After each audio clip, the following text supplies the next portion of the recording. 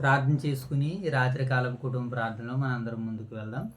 ఈ రాత్రికాల సమయంలో మరి యెషయా గ్రంథము 40వ అధ్యాయాన్ని బైబిల్ పఠనంగా లేఖన భాగాలుగా చదువుకుంటూ నేటి పరిచర్యలో మనం ముందుకు వెళ్దాం.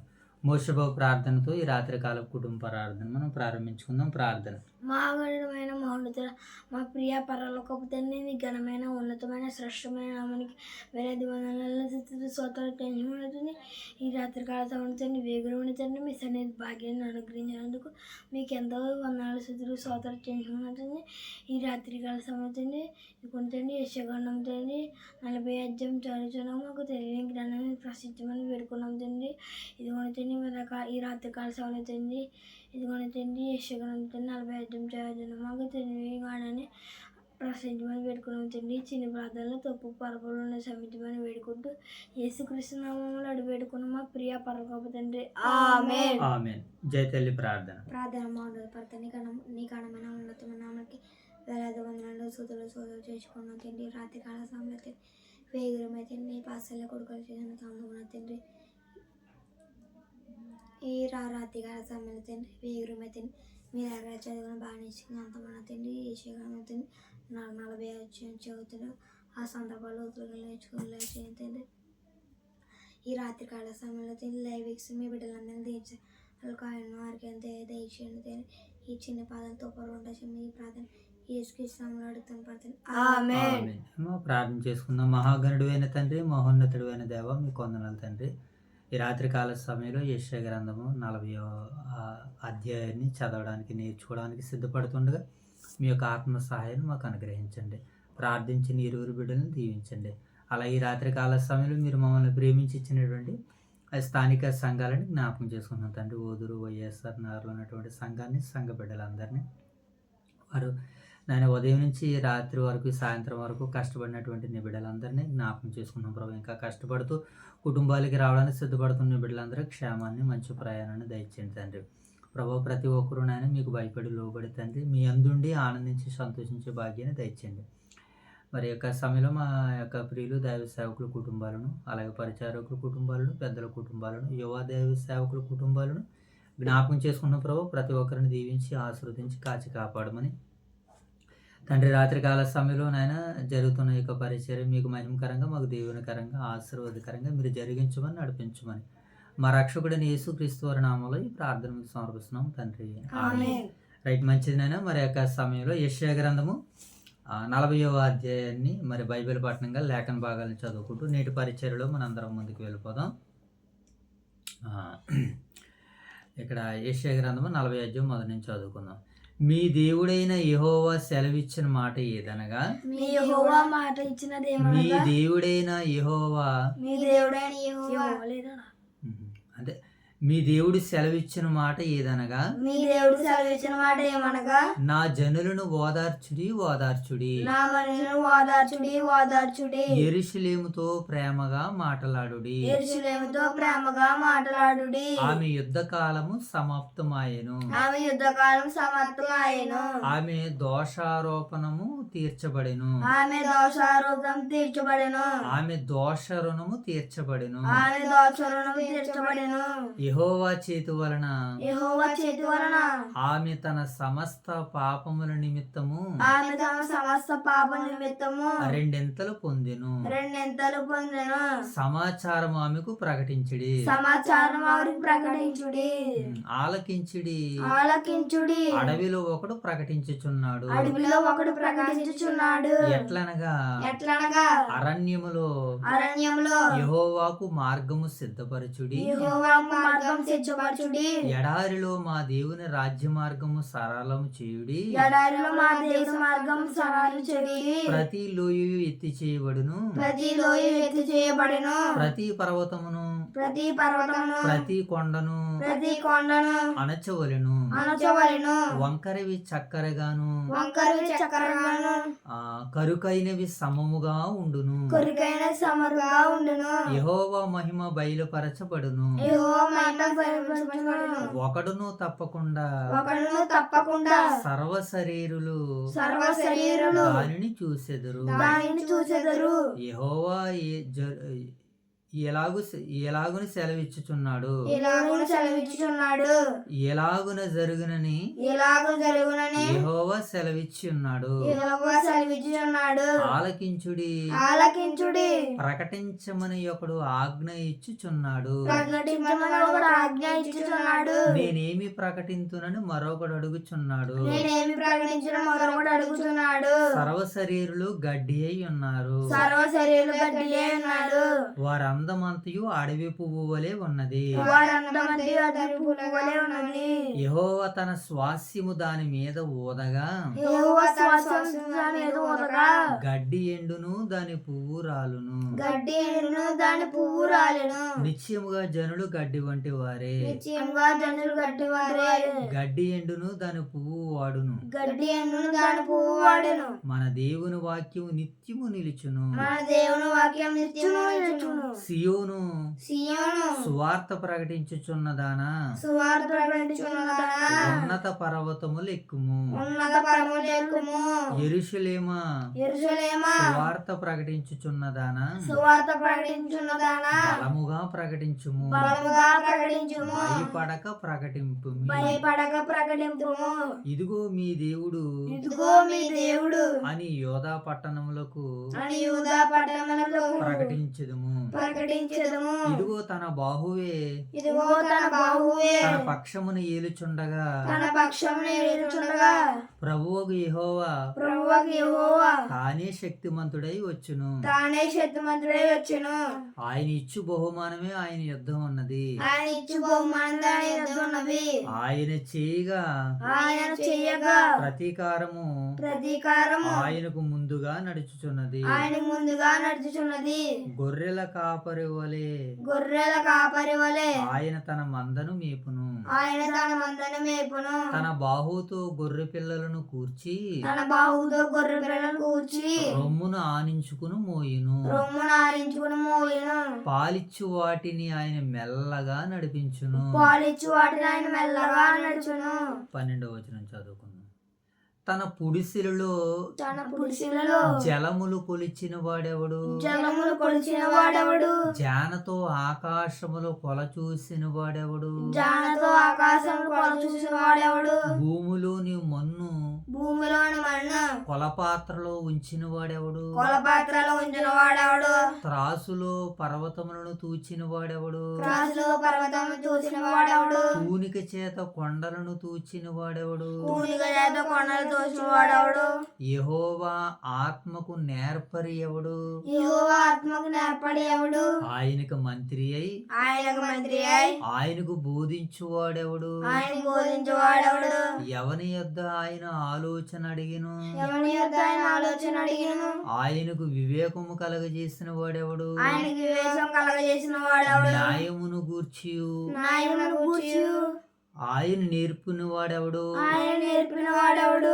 ఆయనకు జ్ఞానము అభ్యసింపజేసిన వాడెవడు, ఆయన జ్ఞానం అభ్యసింపజేసిన వాడెవడు, ఆయనకు బుద్ధి మార్గము బోధించువాడెవడు, ఆయన బుద్ధి మార్గం బోధించిన వాడెవడు, జనములు చేద నుండి జారు బిందువు వలె ఉంటిరి, జనులు త్రాసు మీద ధూళి వంటి వారు, జనులు త్రాసి మీద ధూళి వంటి వారు, ద్వీపములు గాలికి ఎగురునట్లు దీపం గాలి ఎగురునట్టు సూక్ష్మ రేణువుల వలె ఉన్నవి, సూక్ష్మ రేణువులే ఉన్నవి, సమిధులకు లెబానోను చాలకపోవును,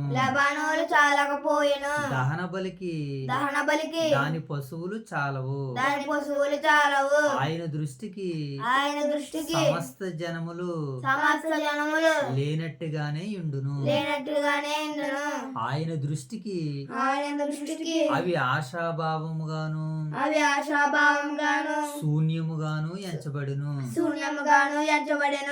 కావున మీరు ఎవరితో దేవుని పోల్చెదరు, ఏ రూపమును ఆయనకు సాటి చేయగలరు, విగ్రహమును చూడగా శిల్పి దాని పోతపోయెను, కంసాలి దానిని బంగారు రేకులతో పొదుగును, దాని వెండి గొలుసులు చేయును, విలువగల దానిని అర్పింపజాలని నీరసుడు కూర్చొని మ్రానును ఏర్పరచుకును, కదలని విగ్రహమును స్థాపించుటకు నేర్పుగల పనివాని వెదికి పిలుచుకొనును. మీకు తెలియదా, మీరు వినలేదా, మొదటి నుండి ఎవరును మీతో చెప్పలేదా, భూమిని స్థాపించుటను బట్టి మీరు దాన్ని గ్రహింపలేదా, ఆయన భూమండలం మీద ఆసీనుడై ఉన్నాడు, దాని నివాసులు మిడతల వలె కనబడుచున్నారు, ఒకడు తెరను విప్పునట్లు ఆయన ఆకాశ వైశాల్యమును వ్యాపింపజేయును, ఒకడు గుడారం వేసినట్లు ఆయన దాని నివాస స్థలముగా ఏర్పరచును, రాజులను ఆయన లేకుండా చేయును, భూమి యొక్క న్యాయాధిపతులను మాయా స్వరూపులుగా చేయును, వారు నాటబడగానే విత్తబడగానే వారి మొదలు భూమిలో వేరు తన్నక మునిపే ఆయన వారి మీద ఊదగా వారు వాడిపోవుదురు, సుడిగాలి పోవునట్లు ఎగురునట్లును ఆయన వారిని ఎగరగొట్టును, నీవు ఇతనితో సమానుడు అని మీరు నన్ను ఎవరికి సాటి చేయుదురు అని పరిశుద్ధుడు అడుగుచున్నాడు. మీ కన్నులు పైకెత్తి చూడుడి, వీటిని ఎవడు సృజించెను, వీటి లెక్క చొప్పున వీటి సమూహములను బయలుదేరజేసి వీటన్నిటికీ పేర్లు పెట్టి పిలిచువాడే కదా, తన అధిక శక్తి చేతను తనకు కలిగి ఉన్న బలాతిశయము చేతను ఆయన ఒక్కటైనను విడిచిపెట్టడు, యాకోబు నా మార్గము యెహోవాకు మరుగై ఉన్నది, నా న్యాయము నా దేవుని దృష్టి కనబడలేదు అని నీ వేళ అనుచున్నావు, ఇశ్రాయేలు నీవేలాగు చెప్పుచున్నావు, నీకు తెలియదా, నీవు వినలేదా, భూదిగంతమును సృష్టించిన యెహోవా నిత్యుడగు దేవుడు, ఆయన సొమ్మసిల్లడు అలయుడు, ఆయన జ్ఞానమును శోధించుట అసాధ్యము, సొమ్మసిల్లు వారికి బలమిచ్చువాడు ఆయనే, శక్తిహీనులకు బలాభివృద్ధి కలగజేయువాడు ఆయనే, బాలురు సొమ్మసిల్లుదురు అలయుదురు, యవనస్తులు తప్పక త్రొట్టిల్లుదురు, యెహోవా కొరకు ఎదురు చూచువారు నూతన బలము పొందుదురు, వారి పక్షిరాజు వలె రెక్కల చాపి పైకి ఎగురుదురు, అలయక పరిగెత్తుదురు, సొమ్మసిల్లక నడిచెదరు. దేవుడి యొక్క పరిశుద్ధ వాక్యాన్ని నేడు మన వినుకుడులో 30 గాను 60 గాను 100 గాను ఫలింపజేయను గాక. ఆమేన్. రైట్, మంచిదినైనా మరి ఇక్కడ ఈ యెషయా గ్రంథము 40వ అధ్యాయంలో ఇంతవరకు మరి 36 నుంచి 39 అధ్యాయాలు హిజ్కియా రాజు చరిత్ర చూసాము. అంతకు ముందు అధ్యాయాల్లో యెరూషలేముకి వైభవాన్ని చూసాము. అంతకు ముందు సందర్భాల్లో అయితే ప్రపంచ దేశాల మీదకి రాబోతున్నటువంటి ఉగ్రత ఉపద్రవాలని మనము శిక్షల్ని తీర్పుల్ని మనం చూసాం గత ముందుటు అధ్యాయాల్లో. ఇక ఈ 40వ అధ్యాయం నుంచి 66వ అధ్యాయం వరకు కూడా విమోచన గీతంగా విమోచన మాటలుగా మనకు కనబడుతుంది. 40 నుంచి 48 అధ్యాయాలు ఏమో ఇక్కడి నుంచి ఈ 40వ అధ్యాయం నుంచి 48వ అధ్యాయం వరకు బబులోను చెర నుండి విమోచన మనకు కనబడుతుంది. బబులోను చెర నుండి విమోచన చెర. విమోచన చెర అనగానే శరీర విమోచన. బబులోను దేశానికి మనం యోధావారు అందరూ కూడా వెళ్ళిపోతారనమాట. వెళ్ళిపోయారు, ఇది ఆల్రెడీ ఫ్యూచర్ అయిపోయింది. ఇది మన వాళ్ళు అంటే ఇక్కడ యేషయా గారు ప్రవచిస్తున్నారనమాట. ఇంకా వాళ్ళకి వాళ్ళు బబులోను దేశం నుంచి మరలా తిరిగి వచ్చే సందర్భాన్ని ఇక్కడ చూపిస్తున్నాడు అనమాట. ఓకేనా. బబులోను చెర నుంచి విమోచన అనమాట 40 నుంచి 48 అధ్యాయాలు. ఇక 49 నుంచి 57 అధ్యాయాలు పాపపు శిక్ష నుండి రక్షణ. ఏటమ్మలకి పాపపు శిక్ష నుండి రక్షణ. 49 నుంచి 57 అధ్యాయాలు ఇది ఆత్మీయ విమోచన. మొదటిది ఏంటి? శరీర విమోచన. రెండవది ఆత్మ విమోచన. మూడవది 58 నుంచి 66 అధ్యాయాలు ఇశ్రాయేలు తీర్పు సమకూర్పు. ఇశ్రాయేలు తీర్పు సమకూర్పు. ఇది సార్వత్రిక విమోచన. ఇది ఏంటమ్మా? సార్వత్రిక విమోచన. ఇలా ఇక్కడ నుంచి 40వ అధ్యాయం నుంచి 66 అధ్యాయాల వరకు 3 భాగాలుగా మనం మాట్లాడుకుంటే మనం వినబోతున్నటువంటి వర్తమానాలు అనమాట. సరే, ఇప్పటికి 40 నుంచి 48 అధ్యాయులు బబులోను చెర నుండి విమోచన మనకు కనబడుతుంది. ఓకేనా. సరే, రైట్. ఇక ఇప్పుడు ఈ 40వ అధ్యాయం నుంచి 48వ అధ్యాయుల వరకు బబులోను చెర నుండి విమోచన, శరీర విమోచన అని మనం మాట్లాడుకుంటున్నాం కదా. ఇవన్నీ దేవుడు మరి పరిశుద్ధ గ్రంథంలో ఎలా వ్రాయించాడు, ఏం వ్రాయించాడని జాగ్రత్తగా దేవుని మాటలు మనం అర్థం చేసుకునేటువంటి ప్రయత్నాలు చేద్దాం. సో ఇప్పుడు ఈ 40వ అధ్యాయ నేపథ్యాన్ని మనం ఒకసారి ఆలోచించేద్దాం. ఈ అధ్యాయంలో ప్రాముఖ్యంగా కొన్ని ప్రకటనలు కనబడుతున్నాయి మనకి. ఇక్కడ ఏం కనపడుతున్నాయి నాయనా? కొన్ని ప్రకటనలు కనబడుతున్నాయి. అలాగే దేవుని యొక్క శక్తి సామర్థ్యాలు కనబడుతున్నాయి. ఏనా? దేవుని యొక్క శక్తి సామర్థ్యాలు కనబడుతున్నాయి. భూమి మీద ఉన్నటువంటి మానవాళులు, మనుషులందరూ కూడా వారు ఎలా మరణానికి వెళ్ళిపోతున్నారో వ్రాయబడింది. మనం అర్థం చేసుకోవడానికి ప్రయత్నం చేయగలిగినట్లయితే ఇంకా చివరగా మనం మాట్లాడుకుంటే దేవుని యొక్క జ్ఞానాన్ని పరిశోధించుట అసాధ్యమని వ్రాయబడింది. దేవుని జ్ఞానాన్ని శోధించుట అసాధ్యం. ఇంకింతేనా? దేవుని జ్ఞానం ఎంత ఉంది అని తెలుసుకుంటే మనకి అదుపు లేనటువంటి జ్ఞానము ఆయన దగ్గర ఉందని మనకు అర్థమవుతుంది. ఓకేనా. ఇప్పుడు వీటిని మనం టూకీగా అర్థం చేసుకునేటువంటి ప్రయత్నాలు చేద్దాం. సందర్భం మనకు అర్థమైంది కదా. ఇప్పుడు దీనిని మనం అర్థం చేసుకునేటువంటి పనిలో ముందుకు వెళ్దాం. మొదటి మాట చదువుకుందాం. ఏమని రాయబడింది? మీ దేవుడు సెలవిచ్చిన మాట ఏదనగా, నా జనులను ఓదార్చుడి యెరూషలేముతో ప్రేమగా మాట్లాడి ఆమె యుద్ధ కాలము సమాప్తం ఆయను. ఆమె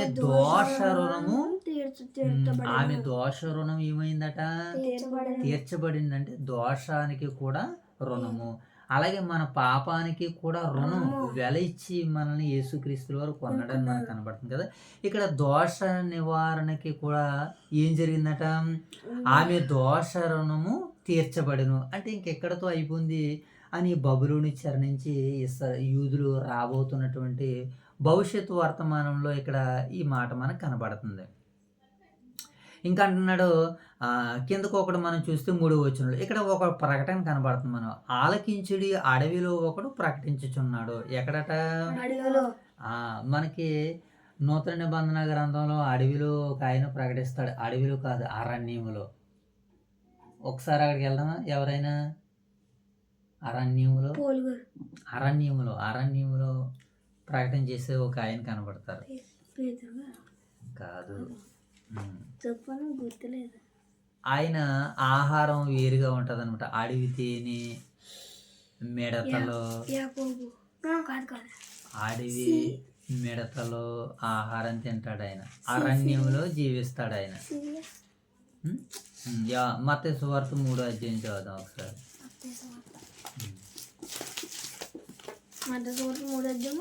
మొదటి వచనం.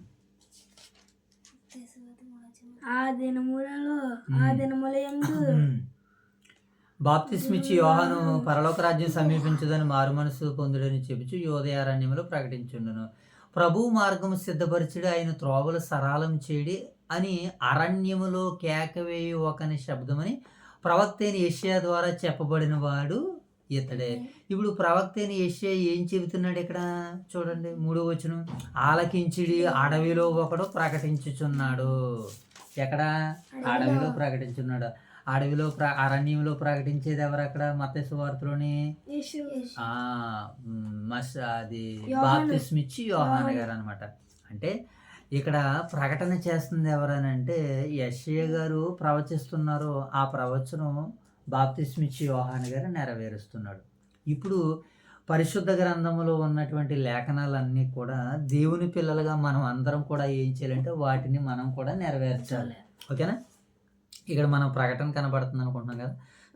చూడండి, ఆలకించిడి, అడవిలో ఒకడు ప్రకటించున్నాడు, ఎట్లనగా అరణ్యములో యెహోవాకు మార్గము సిద్ధపరచుడి, ఎడారిలో మన దేవుని రాజ్య మార్గము సరళము చేయడి. ప్రతి ఎత్తును ప్రతి లోయు ఎత్తి చేయవలను, ప్రతి పర్వతమును ప్రతి కొండయు అణచవలను.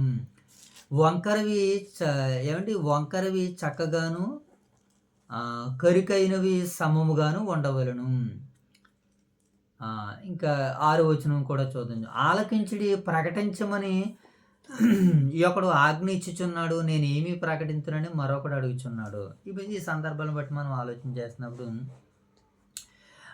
ఇప్పుడు మనకు ప్రకటించమని ఎవరు చెప్తున్నారు? ఇప్పుడు యేసుక్రీస్తుల వారే మనకు ఆజ్ఞాపించారు. ఏమని? నానే మీరు సర్వలోకానికి వెళ్ళి సర్వ సృష్టికి సువార్తను ప్రకటించిన ఆ రోజు శిష్యులకు ఆజ్ఞాపించాడు. ఈరోజు వాక్యం మనకి ఏమని సెలవుస్తుంది? మనం ఆదివారం కూడా ఏం చేయాలంటే ఆయన రొట్టెను, ఆయన ద్రాక్ష రసాన్ని, ఆయన శరీరాన్ని, ఆయన రక్తాన్ని మనం జ్ఞాపకం చేసుకోవాలి. వారం వాటిని మనం జ్ఞాపకం చేసుకోవడానికి వారం రోజులు మనం చేయవలసినటువంటి పని ఏంటి? ఆయన వచ్చే వరకు ప్రభు మరణ సమాధి పునరుత్థాన దినాలను మనము ప్రకటించాలి. ప్రభు మరణ సమాధి పునరుత్థాన దినాలను మనం ఏం చేయాలి? ప్రకటించాలి. జ్ఞాపకం చేసుకోవాల్సింది ఇప్పుడు ఆదివారం జ్ఞాపకం చేసుకున్నాం. అంటే ఆదివారం మనం పని చేద్దాం అనుకున్నాం, మిగతా ఆదివారం వచ్చేంత వరకు సోమవారం, మంగళవారం, శనివారం వరకు ఏం చేయాలి? ఆయన మరణ సమాధి పునరుత్థానాల్ని ప్రకటించాలి. ఇక్కడ కూడా ఏమన్నాడు చూడండి, ఆలకించడి, ప్రకటించమని ఒకడు ఆజ్ఞ ఇచ్చుచున్నాడు, నేనేమి ప్రకటించనని మరొకడు అడుగుచున్నాడు. ప్రకటించమనేమో దేవుడు ఆజ్ఞిస్తే నేనేం ప్రకటించాలని మరొకడు అడుగుచున్నాడు. ఏం ప్రకటిస్తావు? దేవుడు మనకు వాక్యాన్ని ఇచ్చాడు, బైబిల్ని ఇచ్చాడు, బైబిల్ పట్టుకుని వెళ్ళి ప్రకటించాడు మనం. కానీ కనుక ఈ మాటలు మనం అర్థం చేసుకుంది. ఇక్కడ ప్రకటన మనకు కనబడుతుంది. మొదటిగా దేవుని మహిమ మనకు కనబడుతుంది. రెండవదిగా ఇక మనం మూడవదిగా కూడా చూద్దాం ఈ సందర్భంలో. ఒకసారి దాన్ని క్లోజ్ చేయను ఒకసారి. అంటే ఇక్కడ మనకి ఏం కనబడుతుంది? మొదటిగా దేవుని మహిమ కనబడుతుంది. రెండవదిగా అరణ్యంలోనే కాదు, ఈరోజు మనం సమాజంలో ప్రకటన చేస్తున్నాం మనం. ఓకే, యోహాను గారి ప్రకటన కనబడింది. ఇక మూడవదిగా మనం చూసినాడు, ప్రకటించమని ఒక దేవుడు సెలవిస్తున్నాడు, మరి ఒకరు నేను ఏం ప్రకటించాలని అన్నాడు. ఏం ప్రకటిస్తాం? మనం బైబిల్ని పట్టుకుని చక్కగా దేవుని మాటలు ఏవైతే ఆయన చెప్పమని మనకు ఆజ్ఞాపించాడో ఆ మాటలు మనం చెప్పేవారుగా, ఆ మాటలని తెలియజేసేవారుగా ఉండాలి అని వాక్యం సెలవిస్తుంది. ఇక మూడవదిగా మనం చూస్తున్నప్పుడు మనుషులందరూ కూడా ఎలా ఉన్నారనంటే సర్వశరీరులు గడ్డిని పోలి ఉన్నారట. దేని పోలి ఉన్నారు మోషే బాబు? గడ్డిని పోలి ఉన్నారు. గడ్డి ఎలా కనబడుతుంది? ఉదయానికి తలతల్లాడుతుంది, సాయంత్రానికి ఏమైపోతుంది? వాడిపోతుంది. మనుషుల యొక్క పరిస్థితి కూడా అలాగే ఉందని అంటున్నాడు. కనుక ఈరోజు భూమి మీదకి చాలామంది మనకి కనబడుతూ ఉంటారు. రోజు మరణ వార్తలు వినని రోజు ఉండదు. ఎంతోమంది ధనికులు, గొప్పవారు, బలమున్నవారు, శక్తి ఉన్నవారు చనిపోతున్నారు. అలాగే బలహీనులు, రోగంతో, వ్యాధులతో చనిపోతున్న వారు ఉన్నారు. కనుక ఇప్పుడు అలాంటి వారిని అందరిని మనం మనసుకు తెచ్చుకోవాలి. వారు పాపం చేశారా, వారు దుర్మార్గం చేశారా, వారు అన్యాయం చేశారా, అక్రమం చేశారంటే వాటిని అన్నిటినీ దేవుడు లెక్కిస్తాడు. వాస్తవానికి అవన్నీ ఇప్పుడు మనం బైబిల్‌లోనికి పరిగణలోనికి తీసుకొని వస్తే, వాళ్ళ గురించి దేవుడు ఏమి రాయించాడంటే, సర్వ శరీరులు గడ్డిని పోలి ఉన్నారని వాక్యం సెలవిస్తుంది. గడ్డి ఎలా ఉంటది? ఉదయం బాగుంటది, సాయంత్రానికి వాడిపోతది గదా! మనిషి జీవితం కూడా అంతే. అలాంటిదే. ఇక మనకి బైబిల్ స్పష్టంగా సెలవిచ్చేసింది ఏమని తెలుసా? ఇంతలో కనబడి అంతలో మాయమైపో ఆవిరి వంటి ఈ దేహానికి దేవుడు ఏమిస్తున్నాడనంటే ఆయువునిస్తున్నాడు, ఆరోగ్యాన్ని ఇస్తున్నాడు. కనుక ఈ ఆయువుని, ఆరోగ్యాన్ని మనం ఏం చేసుకోవాలంటే దాన్ని జాగ్రత్తగా కాపాడుకోవాలి దేవుని మహిమ కొరకు. So, right. ఇక మనం కింద మాటల్లోనికి వెళ్ళిపోదాం. ఆహ్, హ్మ్. అది 7 వచనం చదువుదాం. సర్వశరీరులు గడ్డిని పోలి ఉన్నారు. వారి అందమంతయు అడవి పువ్వు వలె ఉన్నది. వారి అందమంతా ఎలా ఉన్నదట? అడవి పువ్వు. అడవి పువ్వులు కూడా అంతే. అవి ఏం చేస్తాయి? ఉదయానికి బోలెడంత వైభవంగా కనపడతాయి. సాయంత్రానికి వాడిపోతూ ఉంటుంటాయి. మనిషి జీవితం కూడా అలాంటిదే అని అంటున్నాడు. యెహోవా తన స్వాస్యము దాని మీద ఊదగా గడ్డి ఎండును, పువ్వు వాడును. నిశ్చయముగా జనులు గడ్డి వంటి వారే. గడ్డి ఎండిపోవును, దాని పువ్వు రాలిపోవును. కానీ మన దేవుని వాక్యము నిరంతరము నిలుచును. అంటే ఈ భూమి మీద మనుషులు వాడుకునే వస్తువులైనా పాడైపోతాయేమో గానీ, కొన్నింటి నాశనం అయిపోతాయేమో గానీ, దేవుని వాక్యము, దేవుని మాట ఏం చేస్తదటంటే నిరంతరము నిలిచిపోతదని వాక్యం మనకి సెలవిస్తుంది. కనుక మన దేవుని వాక్యము నిత్యము నిలుచును. సియోను సువార్త ప్రకటించుచున్నదాన ఇక్కడ ఒక మాట చెప్తున్నాడు సంఘంతోటి దేవుడు. నేటి కాలంలో సంఘాలలో వాక్యాల్ని బోధిస్తున్న వారందరికీ భవిష్యత్తుని దేవుడిస్తున్నాడనమాట. ఆ మాటను చదువుదాం. ఒక మంచి మాట. కింద మాట చూద్దాం చూడండి. సియోను కుమార్తె సువార్త ప్రకటించుచున్నదాన ఉన్నత పర్వతము లెక్కుము. యెరూషలేము సువార్త ప్రకటించుచున్నదాన బలముగా ప్రకటించుము, భయపడక. ఎంత మంచి వాగ్దానం ఇచ్చాడో చూడండి. ఈరోజు సేవ చేస్తున్నటువంటి వారికి, ఈరోజు సువార్త ప్రకటిస్తున్నటువంటి వారికి దేవుడు ఇస్తున్నటువంటి భరోసా ఏంటి అనంటే, ఒకడు ప్రకటింపమని ఆజ్ఞ ఇవ్వగానే ఏం ప్రకటించాలంటే ఇది ఇలాంటిది ప్రకటించాలని వాక్యం మనకి బలముగా ప్రకటించాలంటే భయపడక ప్రకటించాలంటే. ఎందుకని? దేవుని వాక్యానికి అంత శక్తి సామర్థ్యాలు ఉన్నాయి గనక. ఏమంటే ఇంక ఇలాగా మనని ఇక్కడ సంఘం పూర్వకు మాట్లాడారు. ఇంకెలా మనం దైవలేఖనానికి వచ్చేసేటప్పుడు ఇంకా ముగింపుకి వెళ్దాం. మనం ముగింపుకి వచ్చేద్దాం. ఇక్కడ చూద్దాం మంచి మాట చదువు. 28వ వచనం చూద్దాం ఒక్కసారి. నాకు తెలివి లేదనే నీకు తెలియదా? నీకు వినపడదా? భూదిగంతం సృష్టించిన వాడు, భూదిగంతములను సృజించిన యెహోవా నిత్యుడగు దేవుడు. ఆయన సొమ్మశీలుడు అలాంటి అని అంటూ ఆయన జ్ఞానమును శోధించుట అసాధ్యము. ఇప్పుడు చూద్దాం, ఆలోచించాను. దేవుని జ్ఞానాన్ని శోధించడం ఏంటంటే అసాధ్యం. అంటే దేవుని జ్ఞానాన్ని మనం లెక్కించాలన్నా, దేవుని జ్ఞానాన్ని మనం తెలుసుకోవాలన్నా అది అసాధ్యం. అంతటి జ్ఞానాన్ని కలిగి ఆయన ఉన్నాడు. ఎంతటి జ్ఞానంతో కలిగి ఉన్నాడనంటే, ఈరోజు అంత గొప్ప ఆయన జ్ఞానాన్ని శోధించడమే మానవాళికి కానీ మనుషులకు కానీ ఎవరికీ అర్థం కాదు. కానీ ఈ రోజులు ఇదే మనుషులు దేవుని జైతలి ఈరోజు ఇదే మనుషులు దేవుని జ్ఞానాన్ని దేవుణ్ణి ఎలా చూపిస్తున్నారు యెషయా ప్రవక్త గారు చెప్తున్నారు. ఒకసారి 18వ వచనం చదువు. కావున మీరు ఎవరితో దేవుని పోల్చెదరు? ఏ రూపమున ఆయనకి సాటి చేయగలరు? విగ్రహమును చూడగా శిల్పి దానిని పోతపోసి, కంసాలి దాన్ని బంగారు రేగులతో పొదుగును, దానికి వెండి గొలుసులను చేయును. ఏం చేస్తున్నాడట అంటే ఈరోజు మనుషులు దేవుణ్ణి ఎలా చూపిస్తున్నారు? విగ్రహాల్లో వెండిలోను బంగారంలోను వాటితో చేయబడినటువంటి వస్తువులతో చేయబడినటువంటి ఒక అందమైన ఆకారాలని విగ్రహాలుగా తయారు చేసి వీటిలో దైవత్వం ఉంది, ఇవి దేవుళ్ళని చెబుతున్నారు. అంటే మనుషులు దేవుణ్ణి ఎలా చూపిస్తున్నారంటే ఇలా చూపిస్తున్నారు. కొంతమంది సృష్టిని చూపిస్తున్నారు, కొంతమంది సూర్యుడిని, చంద్రుడిని, ఇలా రకరకాలుగా దేవుడు అంటే ఎలా ఉంటున్నారని చూపిస్తున్నారు. కావున నన్ను ఎవరితో మీరు పోలిస్తారని అడుగుతున్నారు ఆయన. అందుకనే పౌలు గారు ఒక మాట ఏమన్నారంటే, సృష్టాన్ని పూజించే వారిగా మారిపోయారని. మన రోమపత్రికలో మనం మాట్లాడుకున్నాం కదా. సృష్టిని విడిచిపెట్టి సృష్టమును సేవించిరి అని వ్రాయబడింది. కనుక మరి నేటి ఉన్నటువంటి కాలంలో మరి దేవుని జ్ఞానాన్ని శోధించడం, దేవుడిని ఎలా చూపించాలో మానవాళికి అర్థం కాలేదు. అందుకనే నన్ను ఎవరితో మీరు పోలుస్తారు? ఒక్కసారి దేవుని యొక్క ఆ శక్తి సామర్థ్యాలని మనిషి తెలుసుకోగలిగితే, మనిషి తెలుసుకోగలడా దేవుని యొక్క శక్తి సామర్థ్యాల్ని? తెలుసుకోగలడు. ఎలాగా? దేవారాత్రంలో ఆయన పట్ల భయభక్తులు కలిగి ఉంటే. చూద్దాం ఇంకా. ఇంకేమన్నాడో చూడండి. మీకు తెలియదా? మీరు వినలేదా? మొదటుండి ఎవరు మీతో చెప్పలేదా? భూమిని స్థాపించుటను బట్టి మీరు దాన్ని గ్రహింపలేదా? అంటే దేవుని గురించి చెబుతూ భూమిని స్థాపించినటువంటి వాడు ఆయన. ఈసారి చెప్పండి, భూమిని ఎవరన్నా చేయగలరా? మనుషులు ఎవరన్నా చేయగలరా? చేయలేరు. ఆయన జ్ఞానం శోధించుటనంటే ఈ సకల సృష్టిని ఆలోచన చేస్తే దేవుడు ఎంత గొప్పవాడు, దేవుడు ఎంత ఉన్నతమైనటువంటి వాడో మనందరికీ అర్థమవుతుంది. దాని నివాసులు మిడతల వలె కనబడుతున్నాడు. చూడండి ఇంకా. తన పుడిసిలతో జలములు కొలిచిన వాడెవడు? 12వ వచనంలో చూడండి. తన పుడిసిలతో జలములు కొలిసిన వాడెవడు? అంటే తన పుడిసిలతో అంటే ఇదిగో ఇలా తీసి దేని కొలుతున్నాడంటే జలాలను కొలుస్తున్నాడట ఆయన. మనం చూస్తే ఎన్ని నీళ్ళతో కూనన్ని నీళ్ళు వస్తాయి మన దోసులు. కానీ దేవుడిది ఎలాంటిదంట? తన పుడిసిలతో జలములు కొలిచాడట ఆయన. జానతో ఆకాశాన్ని కొలిచాడట. ఆకాశాన్ని దేనితో కొలిచాడు ఆయన?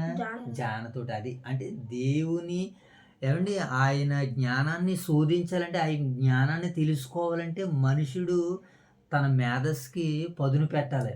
అది ఎక్కడుందో తెలుసా? ఇది బైబిల్ గ్రంథంలో ఉంది. మనం స్కాలర్స్ అయినంత మాత్రాన, మనం లెక్చరర్స్ అయినంత మాత్రాన బైబిల్ రాదు. బైబిల్ ముందు మోకరించి బైబిల్ ఆ టీచర్లుగా, బైబిల్ దైవ సేవకులుగా ఉన్నవారు దైవ సేవకుల పాదాల దగ్గరికి వెళ్తే ఈ వాక్యం మనకు వస్తుంది అని దేవుడు మాట్లాడుతున్నాడు అని సేవకుడు చెప్తున్నాడు ధైర్యంగా. జానతో ఆకాశమును కొలిచిన వాడెవడు? భూమిలోనున్న కొలపాత్రలో ఉంచిన వాడెవడు? త్రాసులో పర్వతములను తూచిన వాడెవడు? తూనికి చేత కొండలను తూచిన వాడెవడు? ఏమండి, యెహోవా ఆత్మకు నేర్పరి ఎవడు? ఆయనకు మంత్రి అయిన బోధ చేసిన వాడెవడు? ఆయన ఎవరి యొద్ద జ్ఞానం అడుగుతాడు? మనుషుడి దగ్గర. మనుషులైతే మనం నాకు ఇది తెలియట్లేదు, అది తెలియట్లేదు అని అడుగుతాం. దేవునికి సమస్తమును తెలుసు. అందుకని చూడండి 26వ వచనంలో, మీ కన్నులు పైకెత్తి చూడండి, వీటిని అన్నిటినీ ఎవరు సూచించెను? వీటి లెక్క చొప్పున వీటి సమూహములలో బయలుదేరజేసి వీటిని అన్నిటికీ పేర్లు పెట్టి పిలిచేవాడే కదా. మీ కన్నులు పైకెత్తి అంటే, ఒక కన్నులు మనం పైకెత్తగానే ఏం కనపడుతున్నాయి? ఆకాశ సమూహాలను ఆయన సృష్టించాడు. ఆదికాండం 1వ అధ్యాయంలో సూర్యుని, చంద్రుని, భూమిని ఆకాశాన్ని వేరుపరిచాడు ఆయన. ఇలా సృష్టిని అంతటినీ వెరీ గుడ్ ఆయన. కనుక మనకి ఇలా ఆయన యొక్క గొప్పతనం మనకు కనబడుతుంది. ఇంకా ఆయన శక్తి సామర్థ్యాల గురించి మాట్లాడుతూ ఆయన ఏమండి, ఆయన ఆయన యొక్క జ్ఞానాన్ని గురించి మనం చూస్తున్నప్పుడు కొన్ని మాటలు మనకే కనబడుతున్నాయి కదా, ఇన్ని మాటలు మనం వింటున్నాం కదా. కనుక ఇంకా ఆయన మాటలో ఉన్నటువంటి విశేషమైనటువంటి జ్ఞానాన్ని మనం అర్థం చేసుకుంటే, ఆయన సొమ్మసిల్లు వారికి కూడా ఆయన బలం ఇచ్చేవాడట. ఆయన సొమ్మసిల్లడు, అలయుడు. ఆయన ఏం చేయడట? సొమ్మసిల్లడు. మనిషిగా నేటి ఆయన సొమ్మసిల్లడానికి ఆత్మ. ఆయన దేవుడు, సర్వశక్తి, సర్వాంతర్యామి ఆయన. కనుక ఆయన జ్ఞానాన్ని తెలుసుకునేటువంటి పనిలో ఉన్నటువంటి వారికి, ఆయన పరిచర్యలో ఉన్నటువంటి వారికి, ఆయన పని చేస్తున్న వారందరికీ సొమ్మసిల్లే వారికి బలమిచ్చేవాడు ఆయనే. శక్తిహీనులకు బలాభివృద్ధి కలగజేయవాడు ఆయనే. ఏమండి, యెహోవా కొరకు ఎదురు చూసేవారు నూతన బలం పొందుదురు, వారు పక్షిరాజు వలె రెక్కల చాప ఎగురుదురు. ఆయన అలయక పరిగెత్తుదురు, సొమ్మసిల్లక ఏం చేస్తారట? నడిచిపోవుదురు. సొమ్మసిల్లక నడిచిపోవుదురు. కనుక దేవుని యొక్క జ్ఞానాన్ని శోధించడం అసాధ్యము. కనుక మనం సాధన చేయగలిగినట్లయితే దేవుని జ్ఞానాన్ని నేర్చుకోవడానికి దేవుడు మరి ద్వారాలను, మనకు అవకాశాలను తెరవాలని కోరుకుంటూ, మరింతవరకు కొన్ని మాటలతో ఆధ్యాత్మికంగా దేవుడు మనల్ని ముందుకు నడిపించిన విధానాన్ని బట్టి దేవాది దేవుని కృతజ్ఞతలు తెలుపుకుంటూ చిన్న ప్రార్థన చేసుకుని ఈ రాత్రికాలం కుటుంబ ప్రార్థన మనం ముగించుకుందాం. మహాగణుడైన తండ్రి, మహోన్నతుడైన దేవ, పరిశుద్ధుడైన తండ్రి, మీ ప్రేమ కలిగిన నామానికే కృతజ్ఞతలు తెలియజేసుకుంటున్నాం దేవా. ఈ రాత్రి కాల సమయంలో యెషయా గ్రంథం ద్వారా మీరు మాతో మాట్లాడే తండ్రి, మీ జ్ఞానం ఎంత గొప్పదో. మీ జ్ఞానాన్ని శోధించడం తండ్రి మానవాళికి ఎవరికి అర్థం కాదు ప్రభు. అర్థమయ్యే వారికినైనా అనుగ్రహింపబడేటువంటిది పరిశుద్ధ గ్రంథం తండ్రి. కనుక నాయన దీని పట్ల ఎవరైతే నాయన భయభక్తులు కలిగి ఉంటారో వారికి అర్థమవుతుంది ప్రభు. అర్థమైన వారు చక్కగా గొప్పగా బ్రతికి తండ్రి మిమ్మల్ని మహిమపరచడానికి, మిమ్మల్ని స్తుతించడానికి అవకాశం ఉందండి. మాకు నాయన ఈ సమయంలో నాయన అట్టి భాగ్యాన్ని ఇచ్చినందులకే కృతజ్ఞతాస్తుతులు చెల్లించుకుంటూ ఇంతవరకు జరిగిన యొక్క పరిచయను దీవించి ఆశీర్వదించమని, ఈ రాత్రికాల సమయంలో మమ్మల్ని ప్రేమించినటువంటి స్థానిక సంఘాన్ని, సంఘ బిడ్డలను జ్ఞాపకం చేసుకోండి. అలా ఈ రాత్రికాల సమయంలో వైఎస్ఆర్ నగర్లో జరగబోతున్నటువంటి కుటుంబపు నాయన గృహ కూడుకుల్లో నాయన మీ తోడును అనుగ్రహించండి. అక్కడ చక్కటి వాక్య పరిచయం జరిగిస్తూ ఉండగా తండ్రి మీ సహాయమును, మీ సహకారాన్ని అనుగ్రహించండి. అనేక మంది బిడ్డలు అక్కడ నాయన తండ్రి పాలుభాగం పొందుకోవడానికి తండ్రి దీవించబడడానికి, ఆశీర్వదించబడడానికి మీ సహాయాలు తెచ్చమని వేడుకుంటూ ఓదురిని, వైఎస్ఆర్లో ఉన్నటువంటి సంఘాన్ని, సంఘ బిడ్డలను, దైవ సేవకుల కుటుంబాలను మీ దయగల చేతులకు అప్పగించుకొని ఎవరైతే బలహీనతల్లో, సమస్యల్లో, ఇబ్బందుల్లో, వ్యాధులతో, రోగాలతో ఉన్నారు ప్రభు వారందరిని ముట్టుపరిచి స్వస్థపరచమని మా రక్షకుడైన యేసుక్రీస్తు వారి నామములో ఈ ప్రార్థనకు సమర్పిస్తున్నాం తండ్రి. వచ్చేసినండి.